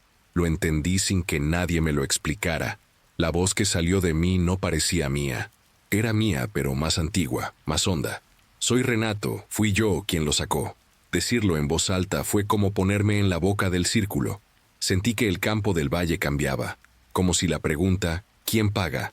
hubiera encontrado candidato. Lía dio un paso atrás. No fue rechazo, fue el susto de quien reconoce la forma del salto antes del salto. «No es así», dijo alcanzándome por la muñeca.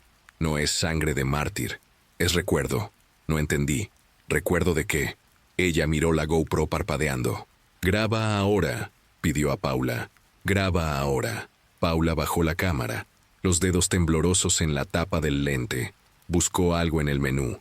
Abrió un clip marcado automáticamente. 17:23. Era al final de la tarde. Nosotros riendo, la fogata alta. Miguel y yo yendo a buscar agua, la cámara siguiendo un poco, sin enfoque, captando pedazos de tronco, pies, conversaciones cortadas. Y entonces, en la esquina izquierda del cuadro, un movimiento. Yo, solo, alejándome de la orilla del río, entrando entre las hayas como quien fue llamado por su nombre, la mano en el bolsillo abriendo la navaja instintivamente. La lente, por casualidad, captó el gesto de mí clavando la punta en la madera, balanceando el hierro, soltando el clavo. Y lo más terrible, yo sonreía, no de maldad, de quien encontró la llave de un recuerdo que dolía y quiso arrancarlo con una herramienta. Reconocí esa sonrisa. La sonrisa que ponía cuando quería que algo nunca hubiera ocurrido. «No lo sacó por curiosidad», dijo Lía sin lágrima, solo con la voz áspera. «Lo sacó porque quiso olvidar». Las figuras nos observaban, fijas como piedras de altar. Sara, en medio, movió los labios. Entendí. Allí no se paga con vida, se paga con memoria. Tomás, en un destello de viejo razonamiento, se aferró a eso. Entonces, devuelve lo que quisiste borrar. Ponlo en su lugar. No el clavo, el recuerdo. Miguel asintió, como si siempre lo hubiera sabido. Eso es la romería de Orosia aquí arriba. No se arranca demonio, se amansa. Atamos el nombre en la madera y aprendemos a cargarlo. Yo no estaba listo.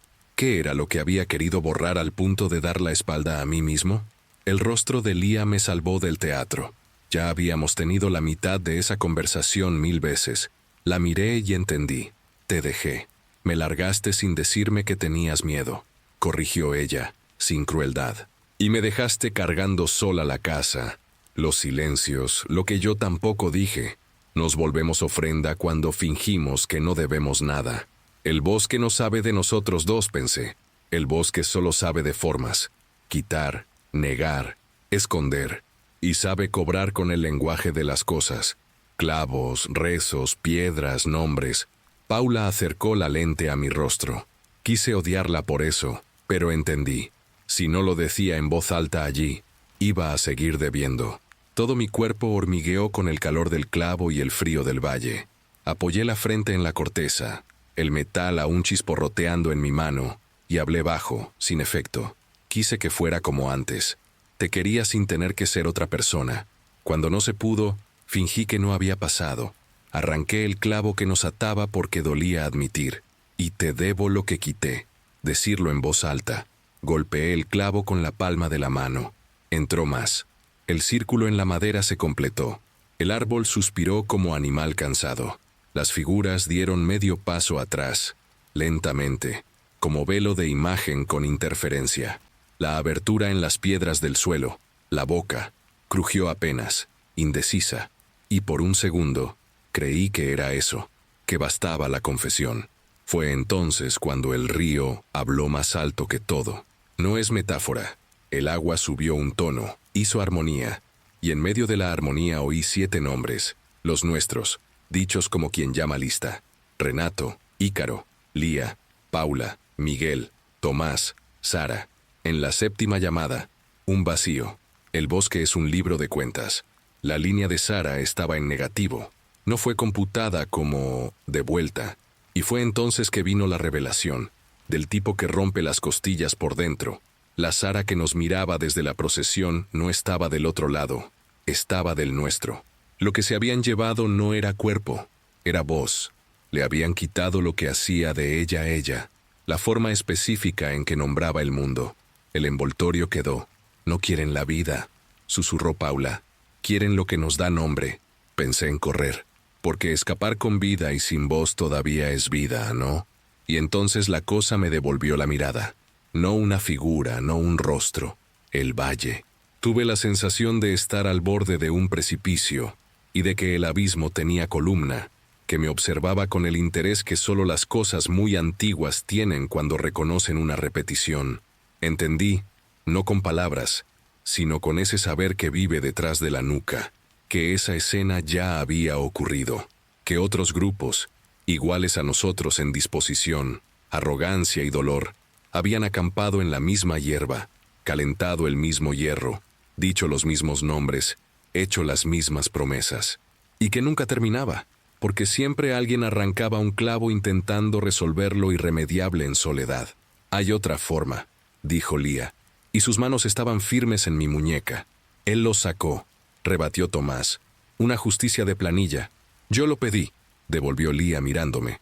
Aquella noche en Zaragoza, cuando no podías hablar, pedí en pensamiento que alguien me librara del recuerdo justo. Pedí que desapareciera. Yo arranqué junto. Entonces la deuda es nuestra. Las figuras temblaron un poco, como papel mojado. La GoPro registró un chasquido seco que venía de debajo de la tierra. No era rama, era cosa honda. Miguel miró al cielo, donde no había luna. Solo ese exceso de estrellas. Dividan la ofrenda entonces. ¿Cómo?, preguntó Ícaro. Miguel señaló nuestras mochilas, nuestras cosas, nuestro equipaje que es más que carga física. Den nombre, uno cada uno. Entreguen lo que esconden. Clávenlo aquí. Cierren el círculo por dentro. La idea tenía la crueldad simple de los ritos que sobreviven. Cada uno confesar en voz alta el pedazo que carga escondido, no el secreto grandioso, sino la astilla, la punta rota que usamos para cortar en silencio, y amarrar ese nombre al árbol, en el hierro, sellando con piel.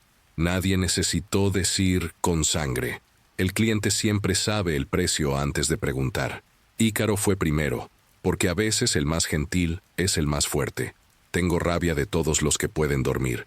Creo que quien duerme es débil. Yo envidio. Lo dijo con el rostro caliente de vergüenza y apoyó el dedo en el hierro hasta escuchar su propio chisporroteo. El olor de piel quemada abrió un hueco en mi estómago. Tomás vino después, seco. Creo que soy mejor que mis amigos porque leo y cito cosas. Humillo bajito. El hierro marcó la punta de su pulgar. Se mordió el labio hasta que salió sangre. Paula respiró hondo. Filmo todo para no vivir por dentro. Robo las cosas de los demás y lo llamo documental. Dejó que el hierro tocara la piel de la clavícula, como si firmara un contrato. La cámara en su pecho captó su propio gemido. Miguel, de rodillas, dijo en castellano rápido: yo solté el volante, por eso murió él, y no explicó quién. Apoyó el hierro en el lateral del cuello, una marca pequeña, clandestina. Lía, por fin me miró largo. Yo decido por el silencio cuando tengo miedo de perder. Dejo que el otro adivine. Castigo en vez de pedir. Apoyó el hierro en la piel de la muñeca, los ojos en los míos. No un desafío, sino una invitación. Ven. Cuando llegó mi turno, La palabra parecía más grande que mi boca. Hablé bajo, pero lo oí como si alguien hubiera metido mi cabeza bajo el agua. Confundo ser amado con ser absuelto. Creo que el amor me libra de volverme adulto. El hierro tocó mi clavícula y fui hasta el borde del desmayo. Vi blanco. Detrás del blanco, toda Ordesa respiró. Las piedras del suelo hicieron un movimiento mínimo, casi risible, cascajos reajustándose, la abertura cerrando un diente más. Las figuras dieron otro paso atrás, lo suficiente para que el frío del valle entrara otra vez en el círculo. Sara parpadeó, un reflejo mínimo, como quien regresa de un lugar muy lejos de sí. Su voz aún no era suya, pero un borde se dibujó. Quise llorar, quise correr, quise quedarme, y el abismo rió, no con sonido, con entendimiento, como quien dice, aprendieron la mitad, porque enseguida otras voces, nuevas, frescas, nuestras, empezaron a soltarse de la copa de los árboles, repitiendo frases que aún no habíamos dicho, conversaciones que aún no habíamos tenido, disculpas que todavía no habíamos encontrado valor para hacer. El valle nos copió y devolvió futuro filtrado. Oí mi voz pidiendo perdón a mi madre por años de ausencia, una frase que no había ensayado. Oí la voz de Tomás admitiendo que tenía miedo de morir bobo. Oí la de Paula prometiendo dejar de filmar lo que duele antes de cuidar. Oí la de Miguel preguntando al muerto, por fin, ¿por qué no me perdonas? Oí la de Lía diciéndome, no vuelvo, pero me quedo, que es otra forma de decir amor. Oí la de Ícaro diciendo mi nombre como quien confiesa fuego, todo mezclado con el agua, el hierro, los clavos. Eso quiero decir cuando digo que el abismo me devolvió la mirada, mostró nuestra voz antes de nuestra boca, y no hay nada más aterrador que ser obligado a encarar lo que vas a decir algún día, con suerte, si eres lo bastante valiente para vivir el tiempo suficiente. No sé cuánto tiempo pasamos allí. El hierro se enfrió, la madera goteó savia como vela, la cámara pesó, las estrellas se movieron milímetros o kilómetros. En algún momento, Sara expiró un sonido que ya le pertenecía. No era la frase completa, era una vocal, casi una A. Lía sonrió y fue un milagro sin iglesia. Quisiera acabar aquí. Solo que el libro de cuentas es celoso. Cuando empezamos a recoger las cosas, por tercera vez aquella noche, cuando la idea de amanece y bajamos volvió a aparecer una frase posible, un chasquido final vino desde dentro de la tierra. La abertura de las piedras cerró todo, sí, pero no quedó lisa. En el centro, en lugar de ceniza, sería bonito decir que surgió una flor. Surgió letra. Quemada en la tierra, con el carbón antiguo de otras hogueras, apareció una R, luego una I. Después el resto de mi nombre. Una caligrafía tosca de escuela antigua. Renato. Abajo, como pie de página, otra palabra apareció despacio, como cosa que siempre estuvo ahí y yo solo no veía. Vigía. Siempre dejan uno. Susurró Miguel. ¿Uno qué? Uno que recuerda. Uno que vuelve para contar. Uno que no sale entero porque queda debiendo el relato. Uno que se vuelve parte de la vigía. Si me preguntas, ¿por qué tú? La respuesta es cobarde. Porque yo todavía tenía más que decir que perder. Porque yo abrí. Porque filmé. Porque no supe callar. Porque alguien tiene que hablar y decir que el precio no es morir. El precio es recordar sin alivio. La GoPro se quedó conmigo hasta donde alcanzó. La batería empezó a parpadear. Paula me entregó la cámara como quien entrega a un niño en la puerta de un monasterio. Si alguno de nosotros se va, tú vas con esto. Yo iría. Yo fui. La procesión se deshacía a medida que las voces se pegaban de nuevo a los cuerpos. El agua de Larazas perdió el tono de coro. Los cuervos dejaron de parecer dibujados. El olor a alcanfor no desapareció.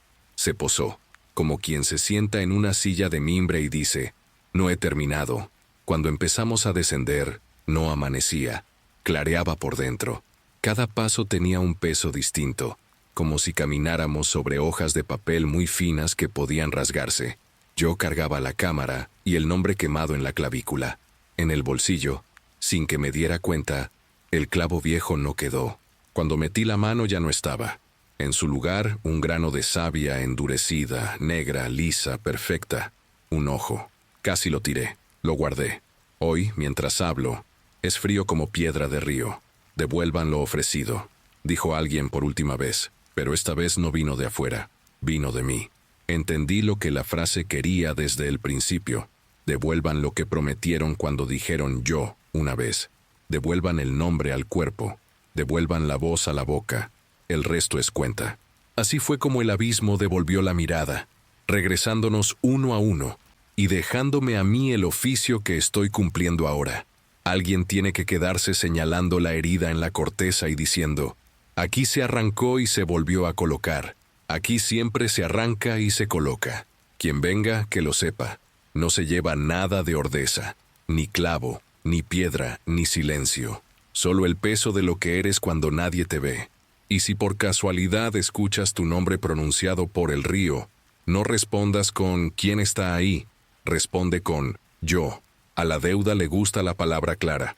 La deuda siempre prefiere a quien dice el nombre entero.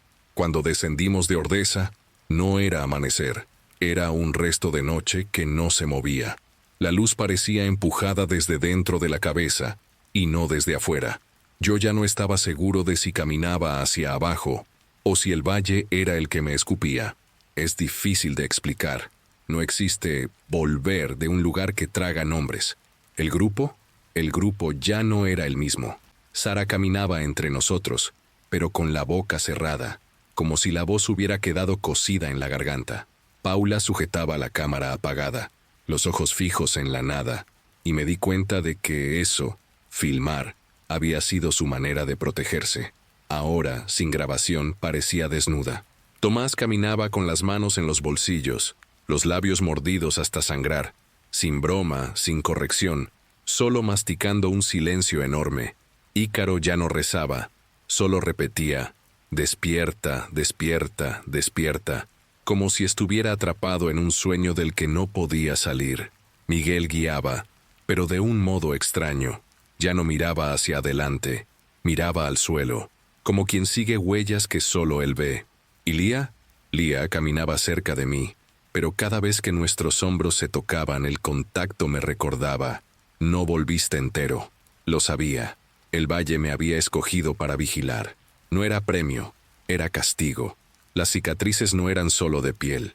El hierro quemado en la clavícula dolía a cada paso, latiendo como un corazón externo. Y sabía que los demás también cargaban las marcas, pero nadie las mostraba. Quizás porque mostrar era confirmar. La peor marca, sin embargo, no era visible.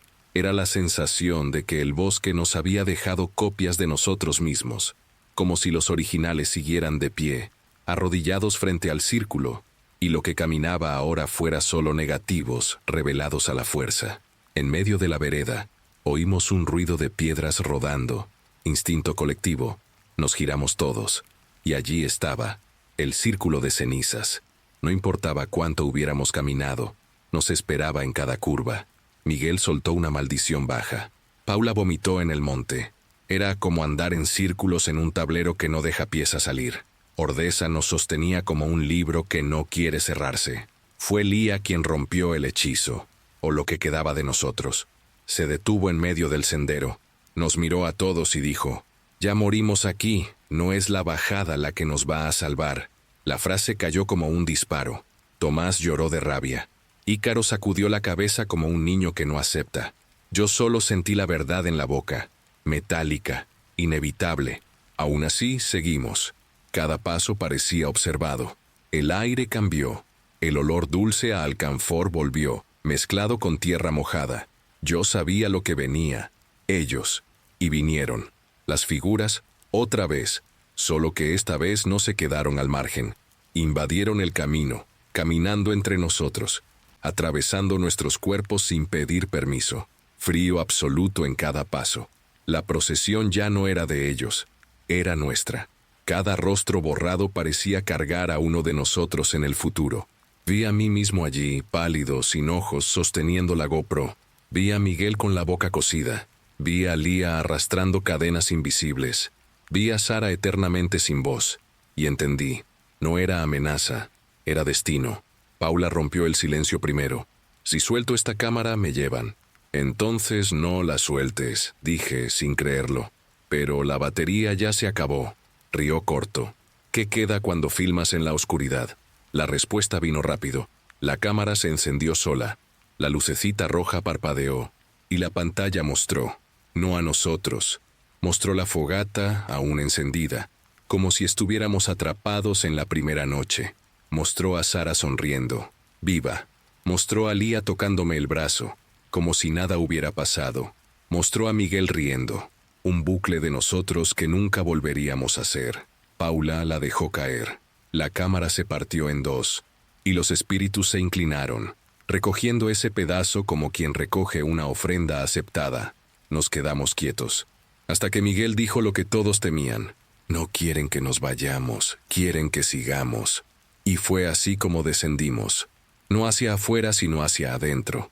Cada curva nos llevaba más hondo. El valle no terminaba.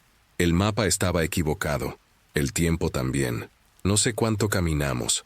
Sé solo que, cuando finalmente el bosque se abrió en un claro, ya no éramos 7. Sara había desaparecido sin que lo notáramos. Tomás, en algún punto, se quedó sentado en una piedra y no se levantó más. Ícaro dejó de repetir «despierta» y se acostó en el suelo con los ojos abiertos mirando el cielo. Solo quedábamos yo, Lía y Miguel, y en el fondo lo sabía. Así tenía que ser. El valle se estrecha hasta dejar lo necesario. Lía me miró fijo. Tú vas a contar. ¿Contar qué? Lo que pasó aquí. Siempre hay un vigía. ¿Y tú? Yo me quedo. Miguel encendió un cigarro torcido y dijo, la deuda no se paga, solo se renueva. Bajé del valle. Sí y no. Mi cuerpo salió. Mi nombre quedó cosido en alguna corteza. Lo sé porque a veces cuando cierro los ojos, el ruido del agua aparece en mi oído, como si la ducha se volviera el arazas y la espuma dibujara letras en el desagüe. A veces forma la R, a veces la B. Hay noches en que las dos aparecen juntas, Renato, vigía, y el agua tarda en bajar, como si la tubería tuviera raíces. Volví a Zaragoza con Lía, pero no en sentido de pareja. Volví con ella unos días porque el mundo alrededor parecía una película mal editada, y los dos necesitábamos confirmar que el supermercado aún vendía pan, que los autobuses aún frenaban, que la gente aún bostezaba sin miedo.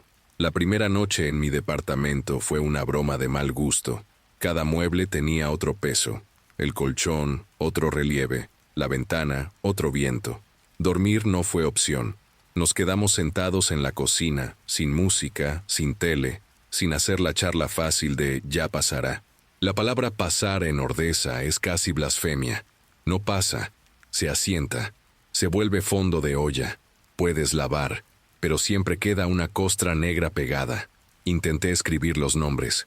7. La pluma fallaba en el sexto. Un borrón como lágrima. Siempre faltaba alguien. Y no era siempre la misma persona. A veces era Sara a quien mi mano olvidaba. A veces Tomás. A veces yo. Cuando me olvidaba de mí, me daba una náusea tan honda que corría al baño con la sensación de que iba a vomitar aire. Y vomitaba, como mucho, una espuma que olía a alcanfor. Lía me miraba de lejos, los brazos cruzados. No por frialdad, por medir el abismo sin acercarse al borde. Aprendimos ese gesto en el valle, guardar distancia de donde el otro se hunde. Al tercer día, la madre de Sara me llamó. No contesté. No por cobardía, por honestidad. ¿Qué iba a responder? Su hija volvió, pero con la voz atrasada unos meses. Caminé hasta su casa. Toqué el timbre. La madre abrió con la cara de quien muerde manzana y muerde carozo de vidrio.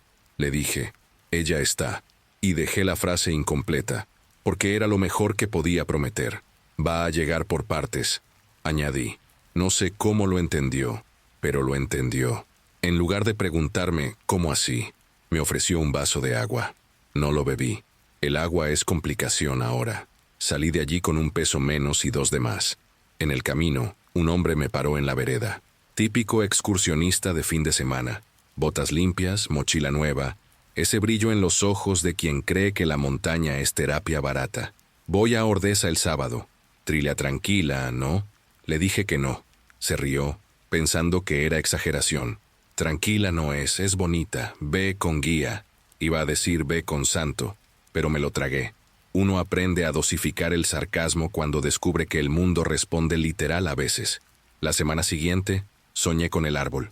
No estaba en el valle. Estaba en medio de mi sala, el tronco atravesando el techo, los clavos formando un halo en la corteza, y, en lugar de la tele, la abertura de las piedras, pequeña, doméstica, boca de desagüe. En el sueño, la madera pedía nombre, otra vez. Me desperté con el dedo oliendo a quemado, y la sábana marcada por una gota de savia oscura. No era sangre, no era resina real, era esa cosa que Ordesa fabrica con memorias trituradas. Tiré la sábana. No sirvió. La mancha reapareció en la siguiente. Necesitaba hacer lo que prometí allá arriba. Contar. Monté esta línea de audio con lo poco que quedó de la GoPro y con el resto de mi voz.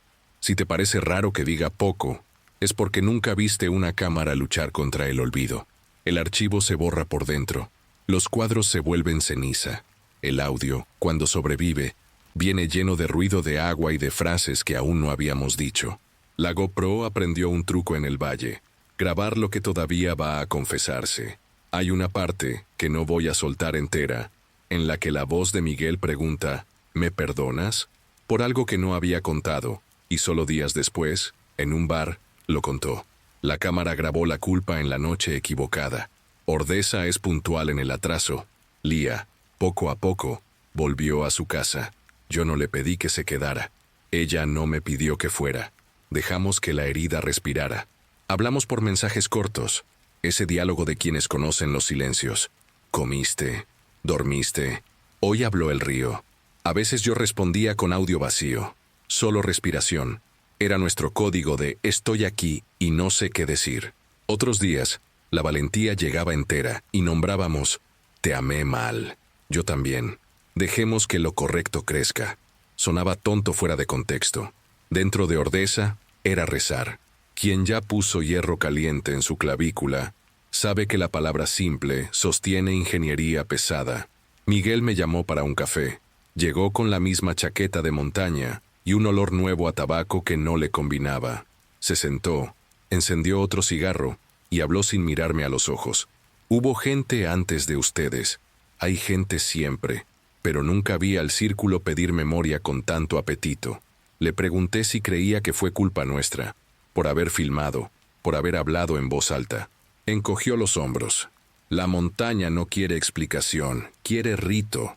Cuando la iglesia vino con Orosia, enseñó un truco. En vez de matar, atar. Ustedes ataron bien, solo que quien ata se vuelve nudo. Pagué el café y salí con la sensación de que la palabra nudo había ganado dirección, clavícula. La toqué con la punta del dedo en el ascensor y el metal quemado respondió con una punzada lenta, como si hubiera allí un anzuelo que no era mío. Entendí mejor lo de vigía. No es centinela altivo en la torre, es anzuelo. Uno queda enganchado al mundo, tirando de la historia de vuelta cuando intenta escurrirse. Si eres nuevo por aquí, no olvides suscribirte al canal y activar la campanita para recibir las próximas historias. Tu presencia es importante y tu apoyo es esencial. Espero verte en los próximos videos. Ahora en la pantalla voy a dejar la playlist de los videos que sé que te van a gustar. Nos vemos allí.